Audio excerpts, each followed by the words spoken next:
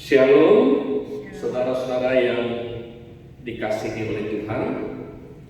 Saya percaya bahwa kita semua, baik saudara-saudara yang ada di rumah, tetap dalam pemeliharaan Tuhan. Sebelum kita mendengarkan firman Tuhan, kita akan menyanyikan satu pujian pertolongan.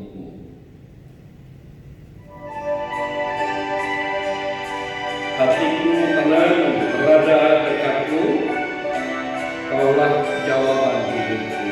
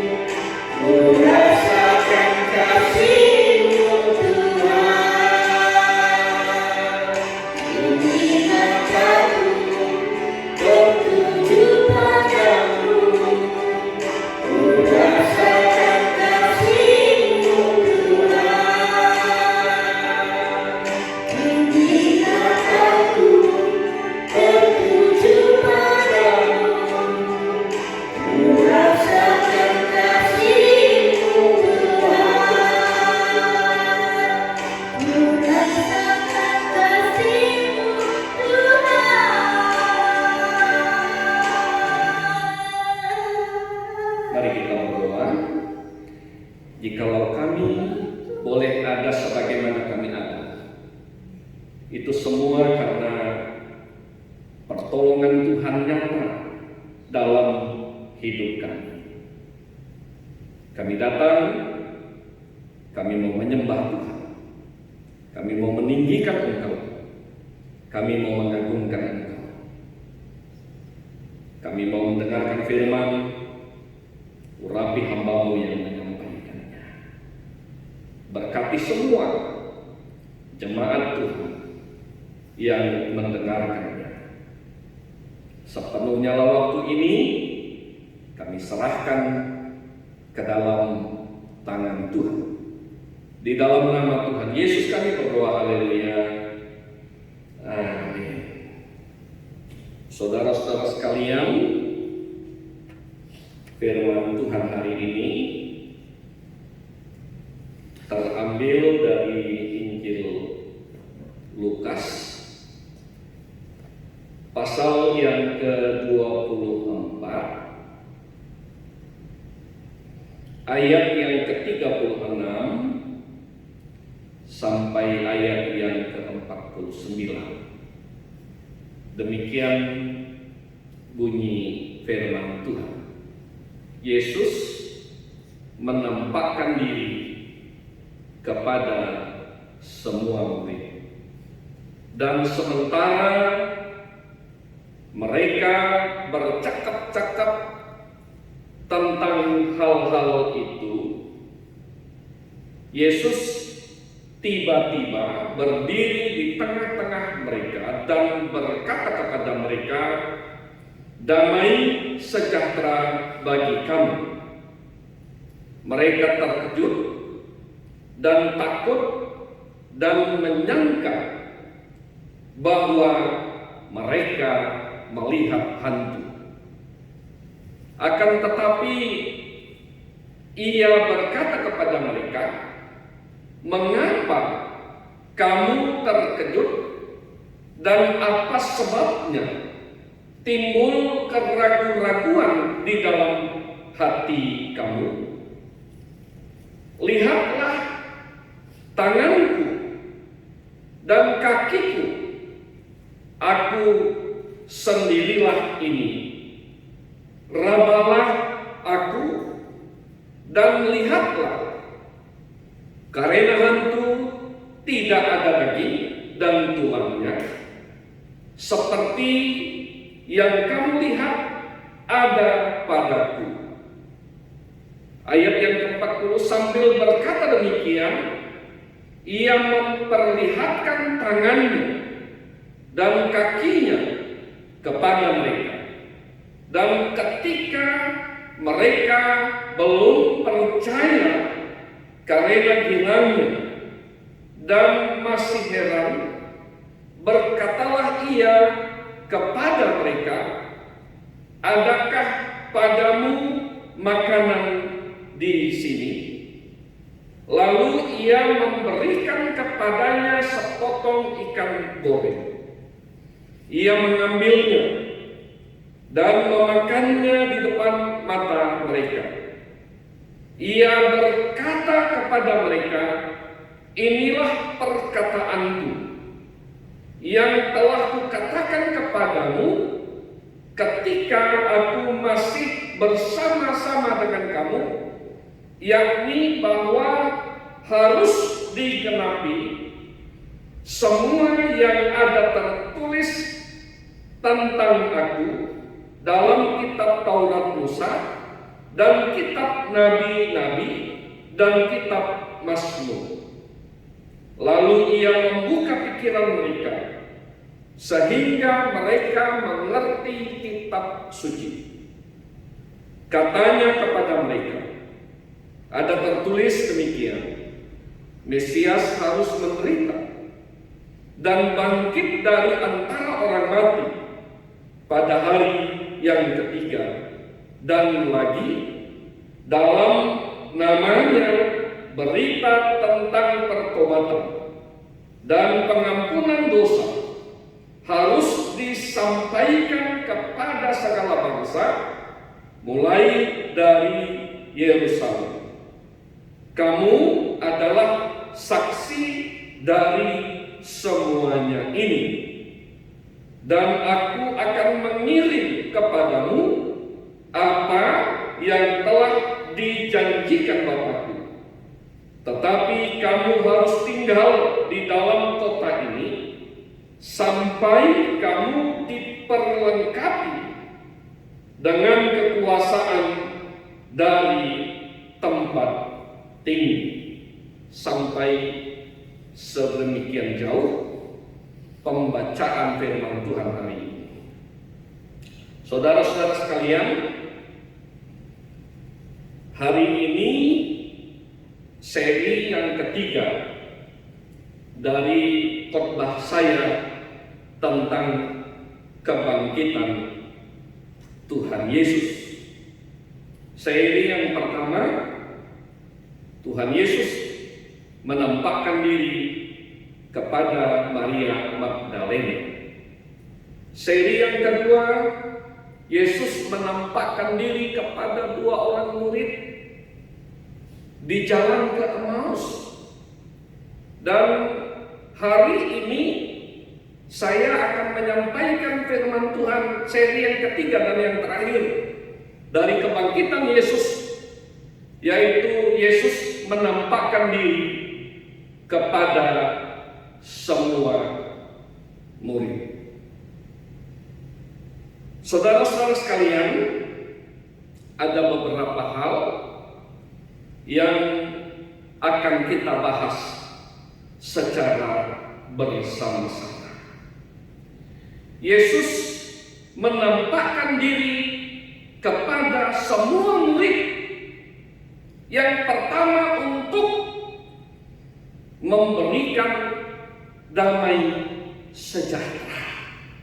Ayat yang ke-36, dan sementara mereka bercakap-cakap tentang hal itu, Yesus tiba-tiba berdiri di tengah-tengah mereka dan berkata kepada mereka, damai sejahtera bagi kamu. Nah, saudara-saudara, kalau kita melihat di dalam ayat ini atau di dalam perikop ini, bahwa pada saat murid-murid Yesus sedang bercakap-cakap tentang kejadian kebangkitan Yesus, bahwa tiba-tiba dikatakan Yesus berdiri di hadapan mereka. Kemudian kalau kita membaca di dalam Injil Yohanes pasal yang ke-20 ayat yang ke-19, di sana dikatakan ketika hari sudah malam pada hari pertama minggu itu, berkumpullah murid-murid Yesus di suatu tempat dengan pintu terkunci karena mereka takut kepada orang-orang Yahudi. Pada waktu itu datanglah Yesus berdiri di tengah-tengah mereka dan berkata, damai sejahtera bagi kamu. Nah, saudara-saudara, di dalam Injil Yohanes pasal yang ke-20, Rasul Yohanes mencatat pada waktu itu murid-murid sedang mengalami suatu ketakutan karena peristiwa kematian Tuhan Yesus. Kalau kita membaca atau melihat ayat ini, dikatakan bahwa pada hari yang ketiga mereka berada di dalam satu ruangan dengan pintu terkunci karena mereka takut kepada orang-orang Yahudi yang menyalibkan Yesus. Dan sebagai murid-murid tentunya juga mereka akan takut atau mengalami satu ketakutan yang besar. Jangan-jangan mereka juga akan ditangkap, juga akan mengalami satu penderitaan. Oleh sebab itu pada hari yang ketiga saat Yesus bangkit, mereka berkumpul di suatu tempat dengan pintu yang terkunci. Mereka bersembunyi dari orang-orang Yahudi karena mereka mengalami ketakutan. Dan pada saat itu dikatakan Yesus datang, Yesus berdiri di tengah-tengah mereka, dan Yesus berkata, "Damai sejahtera bagi kamu." Nah, saudara-saudara sekalian, kebangkitan Yesus membawa damai sejahtera di tengah-tengah mereka. Pada saat mereka mengalami ketakutan, Yesus datang untuk memberikan damai. Yesus datang untuk memberikan sukacita kepada murid-murid. Takut memang seringkali merampas sukacita. Ada banyak hal yang bisa membuat kita tidak memiliki damai dan sukacita. Salah satunya adalah ketakutan. Mungkin juga ada masalah-masalah lain yang dialami sehingga atau yang terjadi yang kita hadapi sehingga memang sukacita itu menjadi hilang dalam hidup kita. Dan kalau kita melihat murid-murid mengalami ketakutan sehingga damai sejahtera menjadi hilang. Nah, oleh sebab itu pada saat Yesus bangkit dan dia berkata kepada murid-muridnya, "Damai sejahtera bagi kamu." Kalau kita membaca saudara-saudara sekalian Injil Yohanes pasal yang ke-14 ayat yang ke-27, di sana dikatakan bahwa damai sejahtera ku tinggalkan bagimu, damai sejahtera ku berikan kepadamu, dan apa yang ku berikan tidak seperti yang diberikan dunia kepadamu. Janganlah gelisah dan gentar hatimu. Kalau kita melihat bahwa Tuhan Yesus pernah menjanjikan kepada murid-murid untuk memberikan damai sejahtera bagi mereka. Bahkan dikatakan bahwa damai sejahtera ku berikan kepadamu, damai sejahtera ku tinggalkan bagimu. Dan apa yang ku berikan tidak seperti apa yang diberikan dunia bagimu. Janganlah gelisah dan gentar hati. Damai yang Yesus berikan berbeda dengan damai yang dunia berikan. Damai sejahtera yang Yesus berikan tinggal di dalam hati kita. Damai sejahtera yang Yesus berikan melampaui semua masalah yang kita miliki. Oleh sebab itu pada saat murid-murid mengalami satu ketakutan, Yesus datang membawa damai bagi mereka. Sehingga damai yang dibawa oleh Yesus melampaui ketakutan atau menghilangkan, melenyapkan ketakutan. Nah, saudara-saudara sekalian, kalau kita melihat di dalam Injil Yohanes pasal yang ke-14 bahwa Tuhan Yesus juga pernah berbicara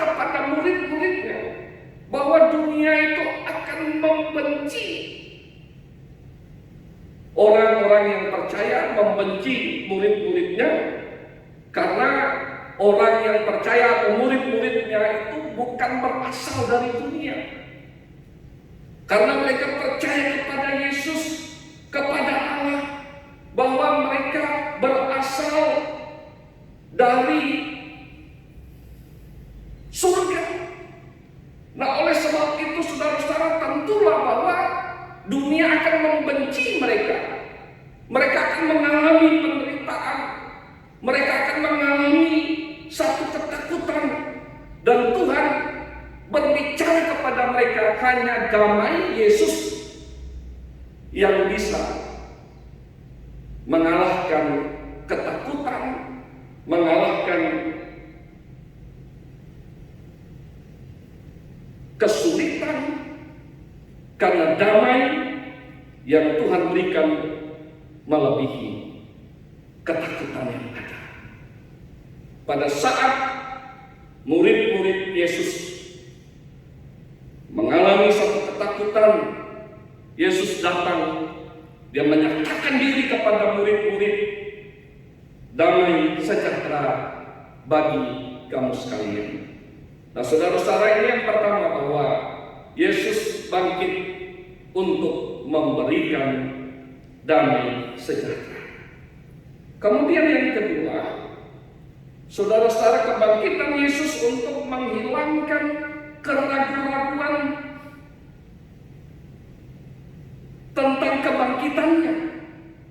Ayat yang ke-37, ayat yang ke-38, di sana dikatakan bahwa ketika murid-murid Yesus atau ketika murid-murid melihat Yesus hadir, mereka terkejut dan takut, bahkan menyangka Yesus itu hantu.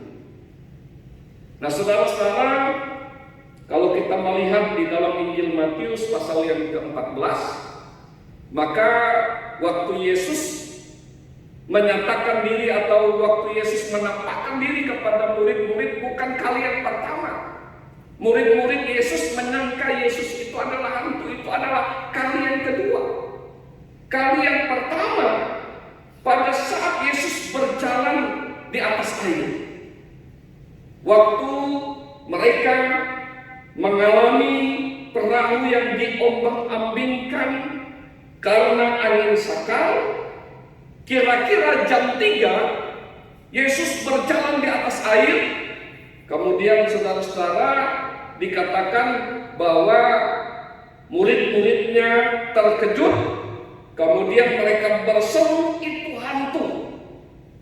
Ya, karena angin sakal yang membuat perahu mereka terombang-ambing. Kemudian menjelang subuh, kira-kira jam 3 pagi, Yesus berjalan di atas air. Kemudian saudara-saudara, pada saat Yesus berjalan di atas air, itulah mereka berpikir itu hantu. Dan pada saat Yesus menampakkan diri setelah kebangkitannya, ini kali yang kedua, mereka berpikir bahwa Yesus yang tiba-tiba datang, yang bisa hadir, atau yang bisa datang, atau yang bisa masuk di dalam ruangan mereka yang sedang terkunci, mereka pun terkejut, kok Yesus bisa hadir, Yesus bisa datang. Dan dikatakan mereka takut dan bahkan menyangka Yesus itu hantu. Kita melihat bahwa Yesus tidak bisa dibatasi oleh ruang dan waktu. Dia bisa hadir kapan saja. Dia punya kuasa.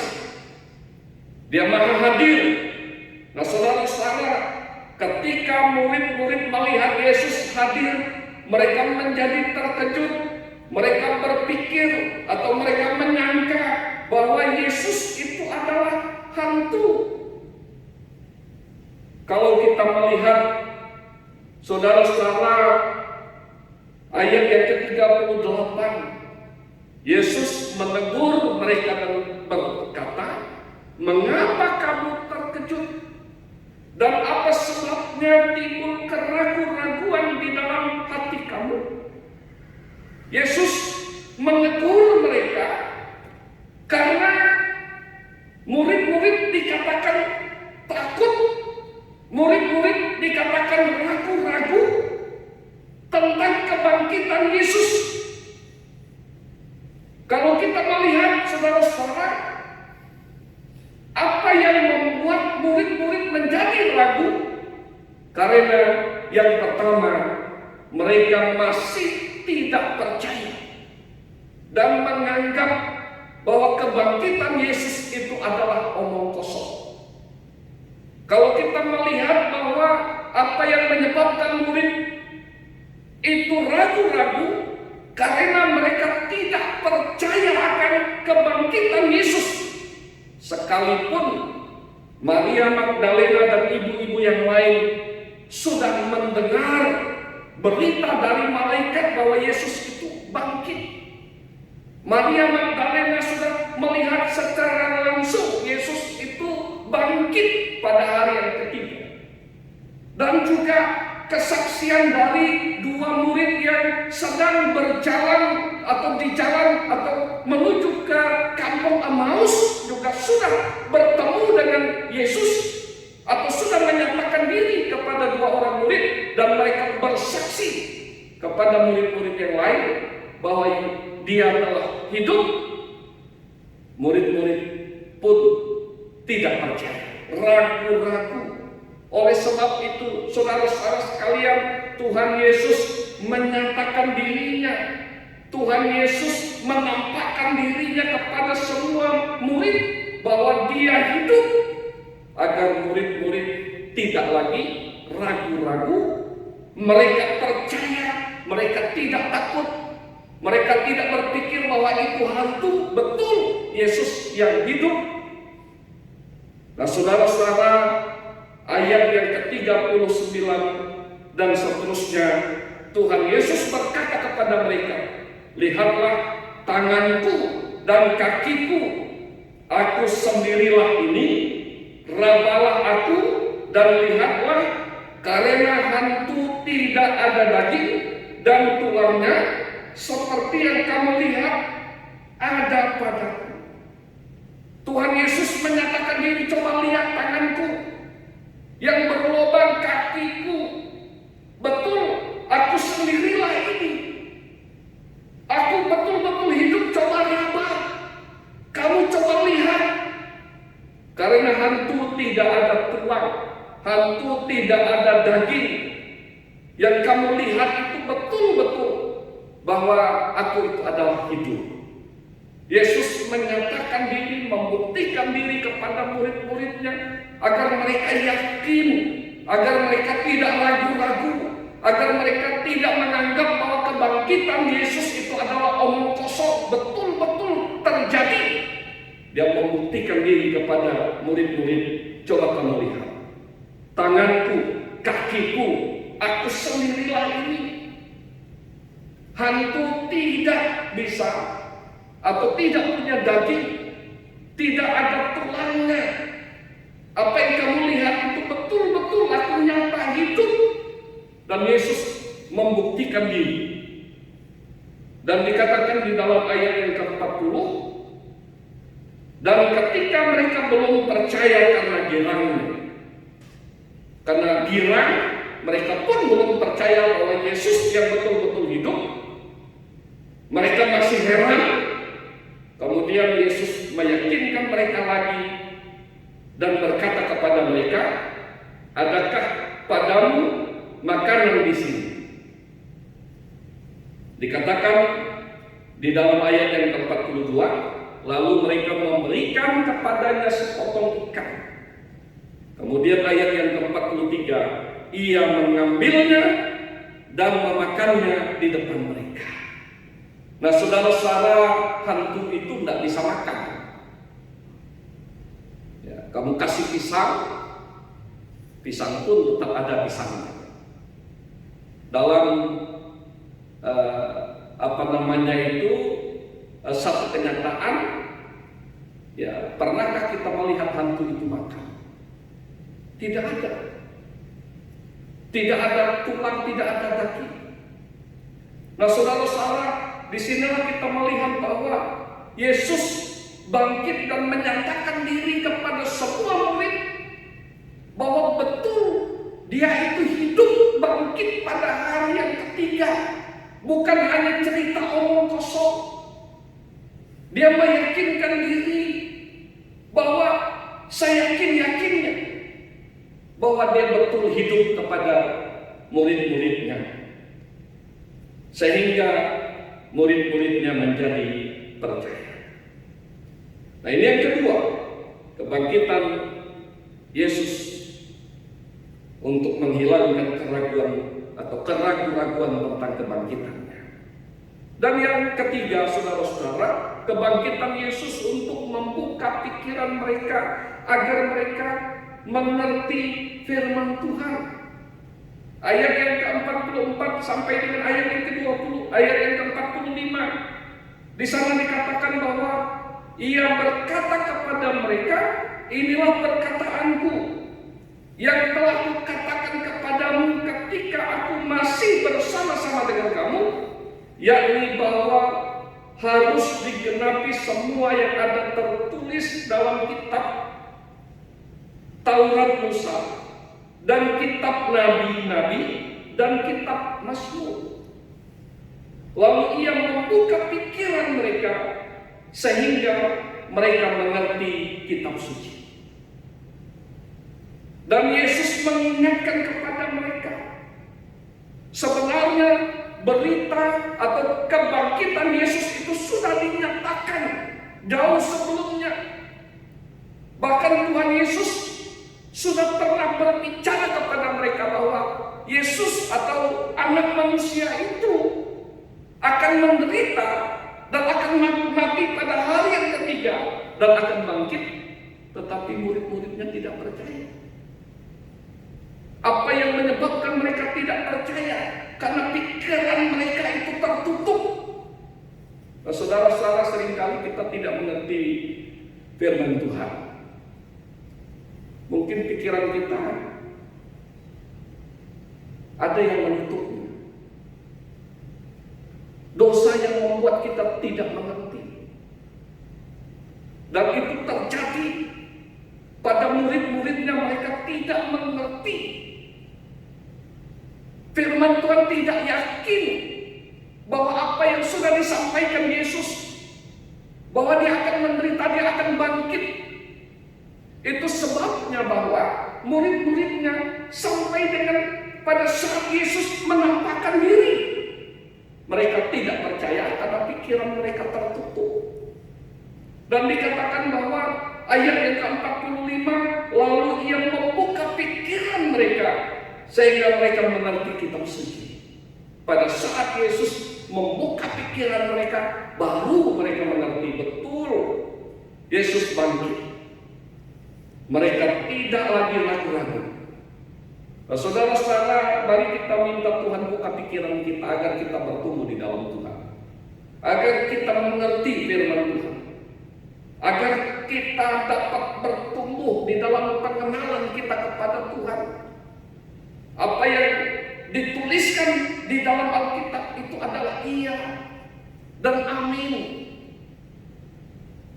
Oleh sebab itu, saudara-saudara, minta Tuhan buka pikiran kita, hati kita yang menutup agar kita mengerti. Minta Tuhan cabut. Jadikan hati kita tanah yang subur. Jadikan pikiran kita mengerti tentang firman Tuhan. Kita minta Tuhan buka pikiran kita, seperti dia membuka pikiran murid-murid sehingga mereka mengerti kitab suci. Nah, ini yang ketiga, kebangkitan Yesus untuk membuka pikiran murid-murid agar mereka mengerti firman Tuhan. Dan yang terakhir, saudara-saudara, kebangkitan Yesus untuk menjadikan murid-muridnya saksi mata dan mengutus mereka menjadi saksinya. Ayat yang ke-48 dan ayat yang ke-49. Kamu adalah saksi dari semuanya ini. Dan Tuhan berkata, bahwa kepada murid-muridnya kamu adalah saksi. Nah saudara-saudara, apa itu saksi?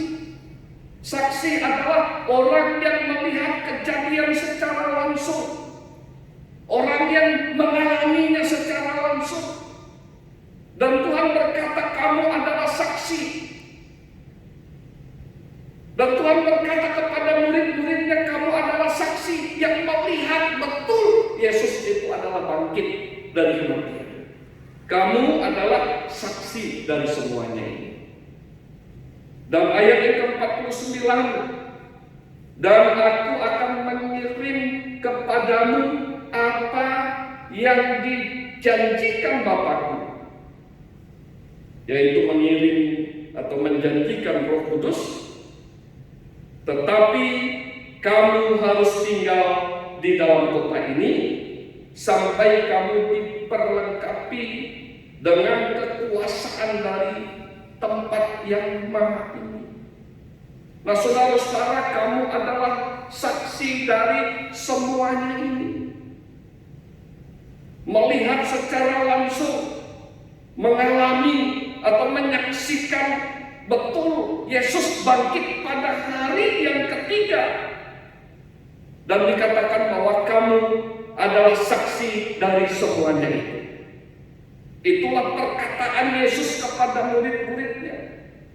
Sehingga saudara menjadi jelas bahwa penampakan Yesus kepada murid-muridnya untuk menjadikan mereka saksi Tuhan dari kebangkitannya, dan sekaligus menjadikan mereka saksi untuk terus memberitakan Injil, untuk terus memberitakan tentang kebangkitan Yesus sampai ke ujung dunia.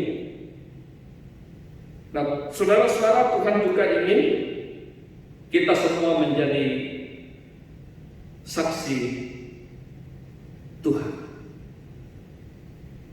Ada yang bertanya, saya kan tidak melihatnya. Tetapi Tuhan berkata bahwa berbahagialah orang yang tidak melihat, namun percaya. Di dalam Yohanes 20 ayat yang ke-29, bahwa berbahagialah orang yang percaya meskipun tidak melihat. Kita percaya Yesus bangkit. Kita percaya bahwa Yesus sudah mati. Yesus hidup, dia bangkit pada hari yang ketiga. Dan saudara-saudara, dia naik ke surga. Dan dia akan datang kali yang kedua untuk menjemput setiap orang yang percaya. Dan sebelum Yesus datang, saya dan saudara-saudara sekalian harus melanjutkan apa yang Yesus kerjakan, yaitu memberitakan Injil sampai ke ujung bumi. Saya dan saudara adalah saksi Kristus.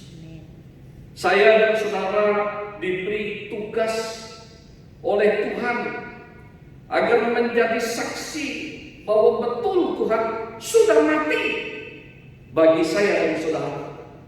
Dan kematian Yesus mengampuni setiap orang yang mau percaya. Dan semua orang yang percaya dikatakan tidak binasa, melainkan beroleh hidup yang kekal. Dan kita harus memberitakan kebangkitan Yesus, menjadi saksi Tuhan sampai Tuhan datang kali yang kedua. Biarlah Allah sumber damai dan sejahtera akan menyertai saudara-saudara sekalian hari ini sampai selama-lamanya. Mari kita berdoa. Tuhan, kami berterima kasih bahwa Engkau benar sudah bangkit. Berulang-ulang Engkau menyatakan diri kepada murid-murid, kepada orang-orang yang percaya bahwa betul